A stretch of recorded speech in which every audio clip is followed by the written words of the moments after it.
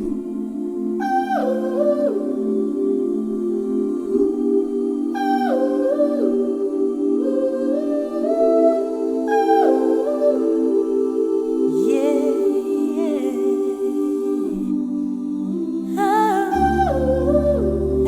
just live my life, simple life, and I don't tell anybody about my problems. Because I'd always done everything for myself. Elder abuse is a horrific crime, whether it's physical abuse, neglect, or financial scams. It takes a huge toll on that population. It happens to all elders across racial lines, color lines, language lines, socioeconomic class. It affects our whole community. And the one thing that they all have in common is that they need our help. She virtually has no jewelry left. They'd always steal everything, whether it was money or jewelry. She was gardening out in front, and they took a TV while she was gardening in front out the back door, along with her credit cards. It has changed me. You know, it's made me have some fear that I never had before. I'm broke now. They did that to me. I have nothing. If my house is foreclosed on, I'll probably have to live in my car. If I hadn't been involved, he would have been totally fleeced by this lady. I feel like I'm intimidated, and I feel like I'm, well, I don't like to be a victim. You know, I just go about my life like I'm not a victim, but in reality, I do feel that I am a victim.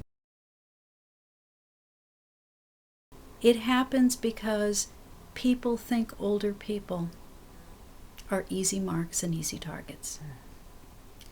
People who for years believed in the value of a handshake, the importance of your word, are becoming easy marks because they hold to those values, the values they gave us. Freedom from elder abuse is a basic human right because all human beings should be able to live in a peaceful environment, be treated with respect and dignity, and elder abuse takes that away from older people. When abusers gain and maintain power and control over their victims, they're making choices for the victims, and they're not allowed to live with respect and kindness and dignity and make choices in their own lives. Since we may not always hear from the victims of elder abuse and neglect, we need to know how to recognize it. And that means lots of folks need to know how to recognize it, including doctors, nurse practitioners, people in emergency rooms. We recently had a case here at the court where a bank called the police department as well as Adult Protective Services.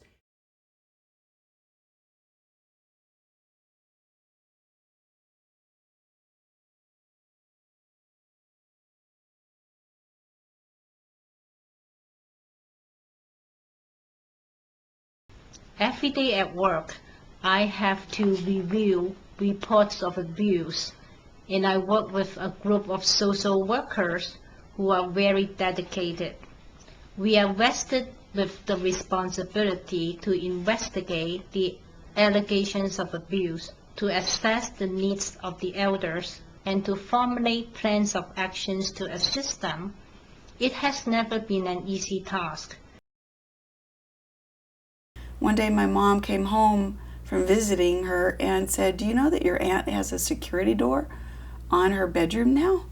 So I came over, I asked her to come and have lunch with me so I could get her away from all the busyness that was here. And I told her, "Do you realize what's going on?"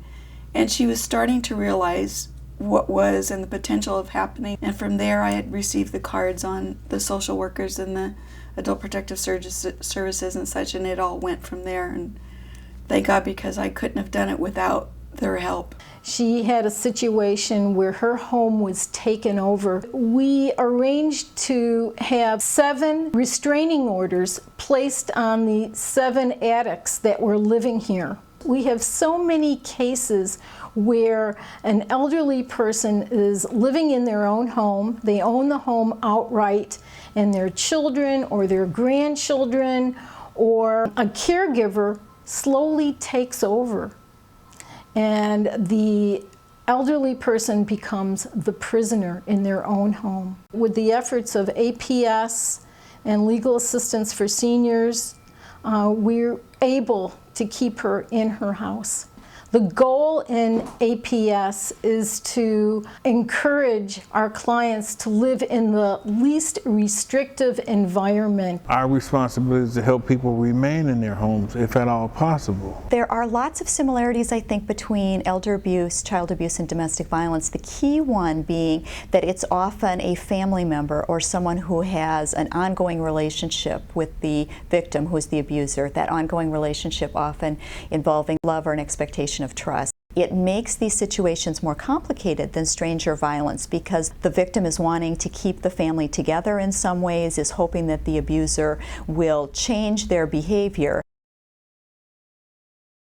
An elderly woman, 78 years old, got into a verbal argument with her son when he came home intoxicated.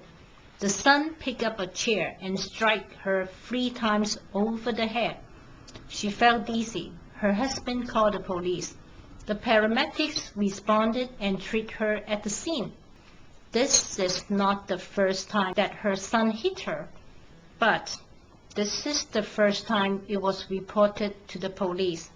The police arrested the son and granted an emergency protection order. We found out there were previous reports on her, but she refused to cooperate and resist to accept help. She might resist because she loved her son.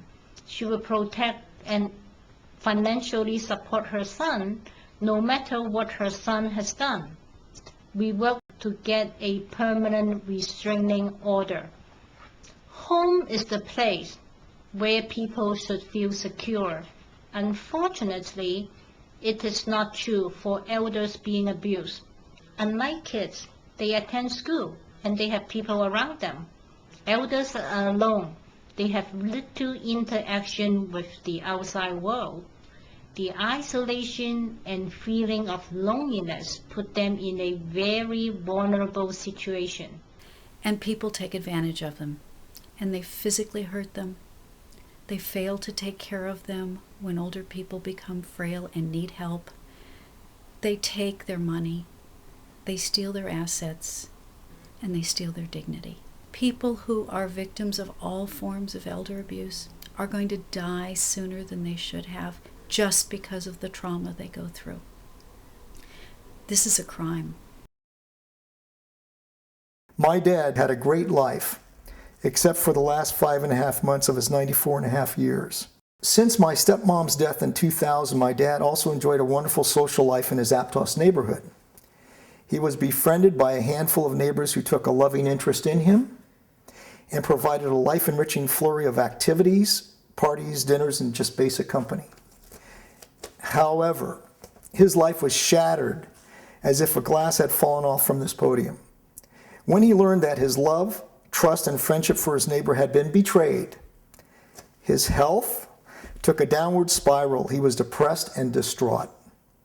My dad was a very proud man, and now he spent his days crying and questioning his own judgment. His statement, "Because I'm old, she thinks I'm stupid," was painful to hear.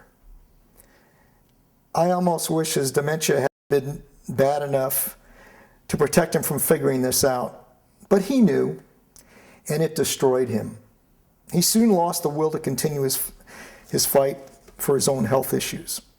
My dad deserved to spend the last 5.5 months of his life in peace, surrounded by those who he loved and who loved him.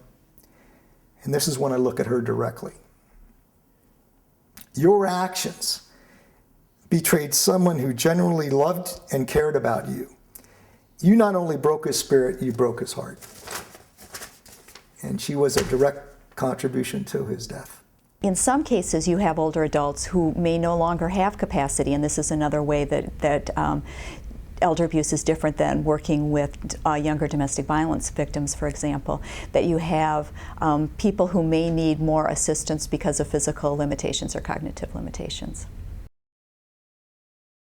An 86-year-old Russian-speaking man was unduly influenced by his caretaker into changing his will, into almost buying a house for the same caretaker, into adult adoption. So my client was about to adopt an adult caretaker in order to legalize the transfer of everything that my client owns to caretaker. Adult Protective Services investigated this case, and as a result, my client is safe right now. He's conserved by one of his real sons.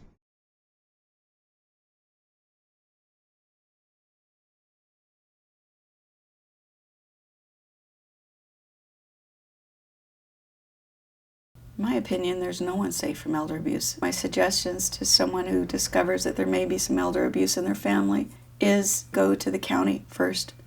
Seek any nonprofit organization that you can, and that's exactly what we had experienced, is someone being able to take it wholeheartedly and saying, what do we need to do and what are the issues, and then stayed with us for a while, not just, okay, here's what you need to do, the information, and figure it out. But instead they actually helped us and worked with us. And people better get a clue. That's one thing we know. We're all going to get old, and we're all going to be potential victims. And this is of epidemic proportions. A lot of this is never reported. People feel embarrassed. They feel like they've made stupid mistakes, not only for the victim, but the people watching over them. I felt a little bit of that. How could I be so stupid not to pick this up? But we're all vulnerable. I know that our local, and in many of the adult protective services agencies in California, for example, are underfunded. They're understaffed. The reality is that for those offices to be able to do their work, we can't have social workers sitting at a desk filling out paperwork. We need to have enough support and resources there so that they can actually leave the desk and go out and knock on the doors and check on the seniors in our communities. And in that way, we, I think, would be more effective in being able to engage in prevention, or at least early intervention, when there's a case of suspected senior abuse. And so that's a very specific aspect of how we work as a system that if we focused on, I think we'd actually improve what we're doing. I wasn't familiar with Adult Protective Services, and I think more people should be. And you've been great service to me, so I really appreciate what you're doing. I would say to advocates for elders, never give up. Don't give up. Never give up. That's what I would say.